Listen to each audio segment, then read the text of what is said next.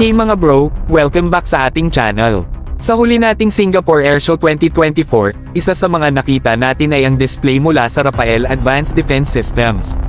Pinakita nila ang scale model ng kanilang Spider All-in-One AIO Mobile Short Medium Range Air Defense System, at ang iDome All-in-One Mobile Very Short Range and Counter Rocket, Artillery Mortar, CRAM, Air Defense System.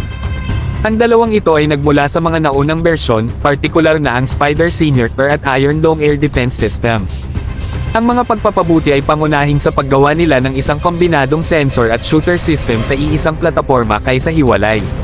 Singapore ay mayroon ng Spider Senior Short Range Air Defense System, habang ang ibang ASEAN countries tulad ng Vietnam at Pilipinas ay may iba't ibang bersyon. May mga haka-haka na mayroon din daw ang Singapore ng Iron Dome CRAM Air Defense System, pero wala pang kumpirmasyon.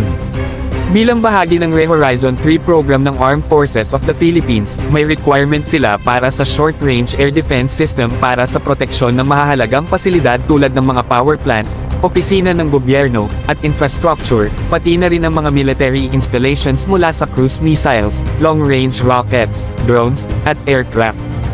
Ang pagkakaroon ng Iron Dome CRAM Air Defense System ay magbibigay ng maraming benepisyo sa ating depensa. Una, mapalalakas nito ang proteksyon ng mahahalagang pasilidad laban sa mga panganib mula sa ere. Pangalawa, magbibigay ito ng dagdag na seguridad sa ating military installations laban sa iba't ibang uri ng banta. At pangatlo, ito ay magpapakita ng malakas na kahandaan at kapabilidad ng ating bansa sa larangan ng depensa.